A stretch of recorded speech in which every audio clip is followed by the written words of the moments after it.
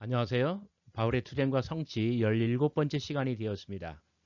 그날 다마스커스에서는 무슨 일이 일어났을까요? 사도 바울의 이력에서 특별히 초기 이력에서 결코 잊을 수 없는 도시는 다마스커스입니다.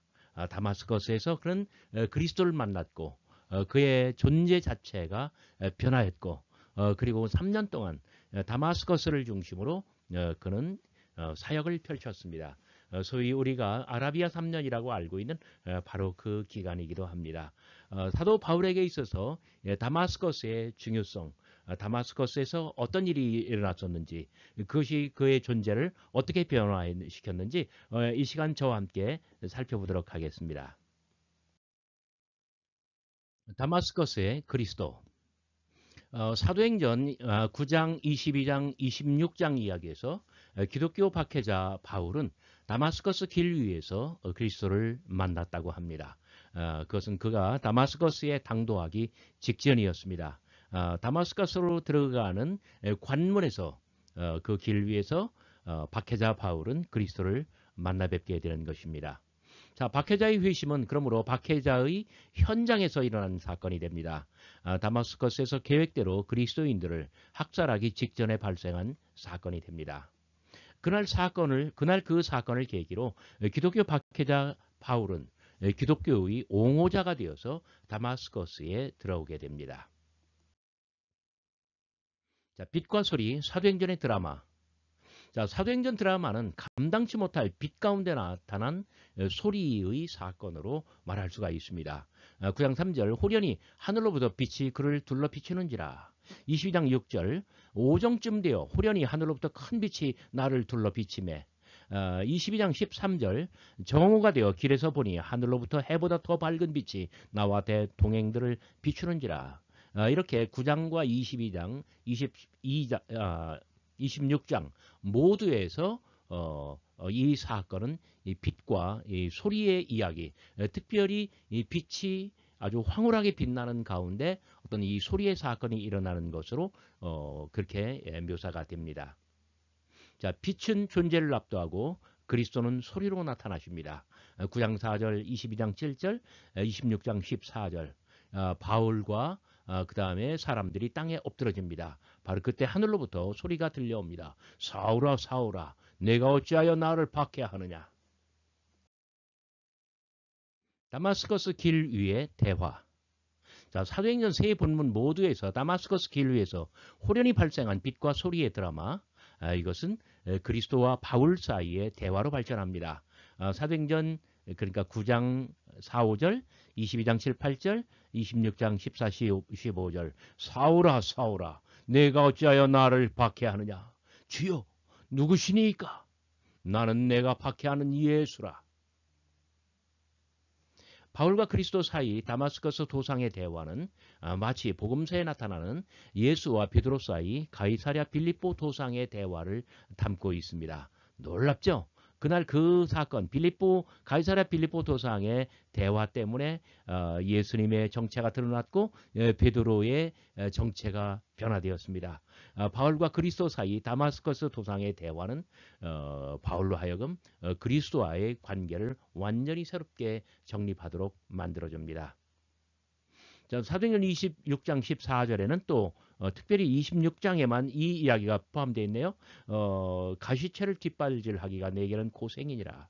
자, 그리스도에 대한 바울의 박해, 바울의 기독교 박해, 이걸 계속하게 되면 너는 하나님을 대항하는 것이다. 이런 뜻이에요. 이렇게 할수록 바울의 인생이 수렁에 빠지고 난관에 부딪히게 될 것입니다. 바울만이 안다. 제한적인 계시. 9장 7절, 사도행전 9장 7절입니다. 같이 가던 사람들은 소리만 듣고 아무도 보지 못하여 말을 못하고 섰더라. 같이 있었던 사람들이 소리는 들었대요. 그런데 보지는 못했대요. 그래서 무엇인지 알지 못하기 때문에 말을 못하고 있었다고 합니다. 22장 9절, 나와 함께 있는 사람들이 빛은 보면서도 나에게 말씀하시는 이의 소리는 듣지 못하더라. 자, 여기서는 함께 있던 사람들이 소리는 듣지 못했대요. 그러니까 9장 7절에는 소리를 들었다고 하고 22장 9절에는 듣지 못했다고 합니다. 그리고 26장 14절 내가 소리를 들으니 사도 바울은 자신은 소리를 들었다고 합니다. 무엇을 뜻합니까? 그러니까 바울에게는 계시가 온전하게 임했지만 함께 있었던 사람들은 제한적으로만 계시를 받았다. 이것은 무엇을 뜻하는 것일까요? 바울과 그리스도와 사이의 그 대화는 다른 사람들은 알지 못하고 바울 자신만이 온전하게 알고 있고 그리고 체험하였고 그리고 기억했다는 것을 뜻합니다. 바울의 눈먼과 눈뜸. 자, 사도행전 9장은 바울의 눈이 멀었다가 다시 뜨게 되었다고 합니다. 9장 8절 눈은 떴으나 아무것도 보지 못하고. 그러니까 같이 있던 사람들은 소리만 듣고 아무도 보지 못하여 말을 못하고 서 있는데, 근데 사도 바울은 눈은 떴으나 보지 못하고 있어요. 그러니까 같이 있었던 사람들은 말을 못하고 사도 바울은 보지 못하고. 그런데 9장 18절 즉시 사울의 눈에서 비늘 같은 것이 벗어져 다시 보게 된지라. 자, 눈먼은 혼돈의 상징입니다. 아무것도 보지 못해요. 그래서 중심을 잡기도 힘들어요. 굉장히 혼란스러운 상황이에요.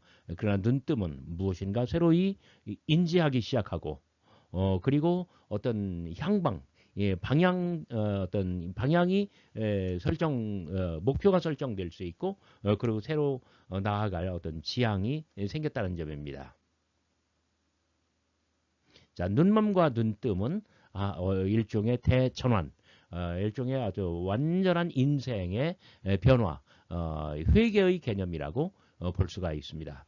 자, 여기서 바울만이 어떤 옆에 있었던 사람들과 달리 바울만이 무엇인가를 보았고 들었고, 그리고 바울은 이내 눈이 멀어서 보지 못하게 되고, 그리고 어떤 계기를 통해서 이제 드디어 무엇인가 보게 되고, 그래서 인생의 새로운 지향이 생기고 완전히 돌아서게 되었다. 일종의 이런 아주 강력한 메시지가 이 이야기에 들어있다라고 볼 수가 있습니다. 바울 자신의 표현. 자, 지금까지는 사도행전 9장, 22장, 26장의 이야기잖아요. 바울 자신은 자신의 어떤 과격한 전환, 인생의 대변화를 무엇이라고 평가하고 있을까요? 갈라디아서 1장 11절입니다. 형제들아, 내가 너에게 알게 하노니 내가 전한 복음은 사람의 뜻을 따라 된 것이 아니니라. 이는 내가 사람에게서 받은 것도 아니요 배운 것도 아니요 오직 예수 그리스도의 계시로 말미암은 것이라. 내가 이전에 유대교에 있을 때 행한 일을 너희가 들었거니와. 자, 12절까지는 바울의 복음, 내가 전한 복음, 바울의 복음이 얼마나 독립적인 것인가. 바울의 복음은 사람에게서 받은 것도 아니고 배운 것도 아니요 오직 무엇으로 말미암은 것? 예수 그리스도의 계시로 말미암은 것. 내가 이전에 유대교에 있을 때 행한 일을 너희가 들었거니와 하나님의 교회를 심히 박해하여 멸하고 내가 내 동족 중 여러 연갑자보다 유대교를 지나치게 믿어 내 조상의 전통에 대하여 더욱 열심히 있었으나 그러나 내 어머니의 태로부터 나를 택정하시고 그의 은혜로 나를 부르시니가 그의 아들을 이방에 전하기 위하여 그를 내 속에 나타내기를 기뻐하셨을 때 내가 곧 혈육과 의논하지 아니하고 또 나보다 먼저 사도된 자들을 만나려고 예루살렘으로 가지 아니하고 아라비로 갔다가 다시 다메섹으로 돌아갔느니라. 자, 이것이 갈라디아서 1장 11절부터 17절 사이에 있는 이야기인데, 자, 이 이야기는 우리가 성경을 빨리빨리 읽을 때는 잘 못 알아채요. 그런데 내용을 가만히 들여다보면 사도행전 9장, 22장, 26장에 있는 정말 사울이 바울이 돼가는 어떤 이 대변신의 과정, 다마스커스 도상에서 바울이 어떤 다마스커스를 들어가기 전에는 기독교 박해자였는데 바로 그날의 그 다마스커스 도상에서 그 체험을 통하여 기독교 옹호자로 바뀌는 그러한 아주 극적인 대전환, 변화의 순간이잖아요. 그러니까 갈라디아서 1장 11절 이하가 바로 거기에 해당하는 이야기예요. 사도행전에서는 자, 그것이 아주 감당할 수 없이 밝은 빛 속에 어떤 소리로 그리스도께서 나타나셨고, 사울아 사울아 어찌하여 네가 나를 핍박하느냐, 주여 누시니까 나는 내가 핍박하는 그리스도라. 자, 이런 대화를 통해서 그 모든 것이 됐다고 했잖아요. 그러니까 어떤 예수 그리스도는 빛과 소리로 나타났는데 사도 바울은 그러니까 누가는 그렇게 이야기를 한 거예요. 사도행전 9장 22장 26절에서. 근데 바울 자신은 자신의 그 체험을 예수 그리스도의 계시라고 말을 하고, 그다음에 16절 그의 아들을 이방에 전하기 위하여 그를 내 속에 나타내시기를 기뻐하셨을 때에. 자, 이게 뭐예요? 내 속에 나타내셨다. 이게 계시란 뜻이죠. 다른 말로 하면 예수 그리스도의 나타나심, 예수 그리스도의 보이심, 그것을 내가 보았다는 이야기예요. 그러니까 사도행전에서 누가 같으면 그리스도는 빛과 소리로 나타나셨어요. 바울은 그것을 바울 자신의 말로 뭐라고 이야기하냐면 하나님께서 그 주 예수 그리스도를 나에게 나타내셨고 계시하셨고 보여주셨다. 나는 그분을 보았다라고 이야기를 하는 거예요. 더욱이 사도행전에 있는 어떤 이 회심의 본문은 자, 박해의 동기가 나왔었고요. 그 다음에 그 결과적으로 어떤 자기가 이방인의 선교사가 되게 되었다라고 이야기를 하죠. 자, 그러한 것들이 동일하게 여기서 나타나고 있습니다. 그리고 무엇보다도 다마스커스라고 하는 이런 도시가 아주 긴밀하게 관련되어 있음을 바울 자신의 어떤 갈라디아서 1장에서도 동일하게 이야기하고 있는 거예요. 그래서 제가 드리고 싶은 이야기는 뭐냐면 사도행전 9장 22장 26장에서 누가가 사도 바울의 회심을 이야기하는 것이 바울 어떤 자신의 말로 다 입증이 되면서 어떤 역사성이 있다라는 것을 보여주는 대목이라고 저는 말하고 싶습니다. 분석해 볼까요? 사도행전 이야기와의 연속성. 자, 바울의 과격한 변화는 박해의 현장에서 발생했다. 사도행전과 갈라디아서 1장 동일하게 나타나죠. 자, 두 번째, 과격한 변화의 장소는 바로 다마스커스. 세 번째, 과격한 변화는 이방인 선교를 지향해요. 그래서 바울을 어떤 변화시켜서 기독교 박해자로부터 기독교 옹호자, 기독교 전파자, 이방인 선교사로 바꿔줬다는 점이에요. 자, 마지막으로 네 번째, 과격한 변화의 핵심은 그리스도의 나타나십니다. 갈라디아서 1장 12절 예수 그리스도의 계시, 1장 16절 그를 내 속에 나타내심. 바로 이러한 것을 고린도전서에서 뭐라고 얘기합니까? 내가 자유인이냐 사도가 아니냐 예수 우리 주를 보지 못하였느냐 주 안에서 행한 나의 일이 너희가 아니냐.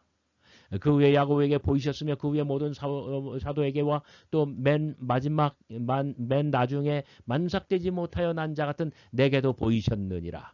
자, 그러니까 사도행전 같으면 어떤 빛과 이 소리를 통한 예수 그리스도의 계시, 이것을 그 바울 자신은 그리스도의 계시, 그리스도의 나타나심, 또 내가 그를 보았다 이런 식으로 말하고 있다는 점이에요. 그래서 이 네 가지 포인트에서 갈라디아서 1장은 사도행전 이야기를 다 추인해 준다, 어떤 증명해 준다 이렇게 표현할 수가 있습니다. 자, 저주받은 그리스도. 자, 그래서 이 결과가 어떻게 되었습니까? 신명기 21장 22절 이하에 보면은 나무에 달린 자마다 하나님의 저주를 받은 것. 이런 어떤 그 모세의 율법으로 어떤 하나님의 저주를 받은 자는 나무에 달아서 죽인다. 이런 표현이 있다고 해요. 그런데 고린도전서 1장 23절에서 20년 후 바울도 바로 십자가에 못 박힌 그리스도를 이야기하면서 이것이 유대인에게는 꺼리는 것, 헬라인에게는 미련한 것. 예, 그래요. 그때 바울에게 신성모독자 예수는 하나님의 저주를 받은 자라고 표현이 되고 있습니다. 자, 셋째, 바울에게 예루살렘 교회의 헬레니스트들이야말로 저주받은 범법자요, 기만자인 예수의 추종자 선포자였습니다. 그래서 그는 극렬한 박해자로 나섰고 그런 예루살렘 교회의 헬레니스트들, 헬라파 그 어떤 추종자들을 그는 아주 가혹하게 박해했었던 것입니다. 급진적인 의식의 변화. 바울이 어떻게 바울의 의식이 급진적으로 변화됐을까요? 자, 바울의 과격한 변화는 그 예수의 나타남으로 이루어졌습니다. 나무에 달렸던 자가 이제는 하나님의 찬란한 영광 가운데 그에게 나타나십니다. 자신이 박해하던 예수는 바로 부활하신 것이고 이스라엘의 하나님에 의해서 어떤 인증을 받은 것입니다. 자, 그렇다면 뛰어난 학식과 종교적인 열정에도 불구하고 바울 자신의 유대교적 생활과 활동은 하나님의 진노 아래에 있었음을 바울 자신은 이제 깨닫게 됩니다. 그리하여 저주받은 그리스도는 그의 실존의 새로운 중심으로 다가옵니다. 바로 여기에서 사도 바울의 십자가의 신학이 나타나고 있는 거예요. 오늘의 마지막 페이지입니다. 이방인 사도의 자의식. 그래서 이게 바울이 어떤 새로운 의식을 갖게 되는가? 바울 자신은 이방인의 사도로 소명을 받게 됩니다. 예수를 이방인에게 전파하고 그들을 그리스도 안에서 한 몸이 되게 하는 일, 바로 그 일을 자신은 위탁받았다라고 어떤 그 사명으로 받게 되었다라고 바울은 인식하는 것입니다. 바울은 습관적으로 이방인을 전도하는 일과 자신의 변화를 직접적으로 연결시켜 생각하려 합니다. 바울은 사도행전의 보도처럼 이방인을 위한 사도직의 소명을 회심 때 받았을까요? 갈라디아 1장 15절에서 바울 자신도 입증하는 것 같아요. 조금 아까 우리가 읽은 거요. 그 아들을 이방인들에게 전하라고 나를 부르셨다. 이렇게 말을 했으니까요. 그런데 좀 더 우리가 포괄적으로 생각할 여지도 조금은 있는 것 같아요. 바로 이 점입니다. 그러나 예루살렘 회의나 안디옥 사건을 경험하면서 이후에 좀 점진적으로 형성되었을 수도 있다라고 한 거예요. 오늘 강의 처음부터 끝까지 잘 들어주셔서 대단히 감사합니다.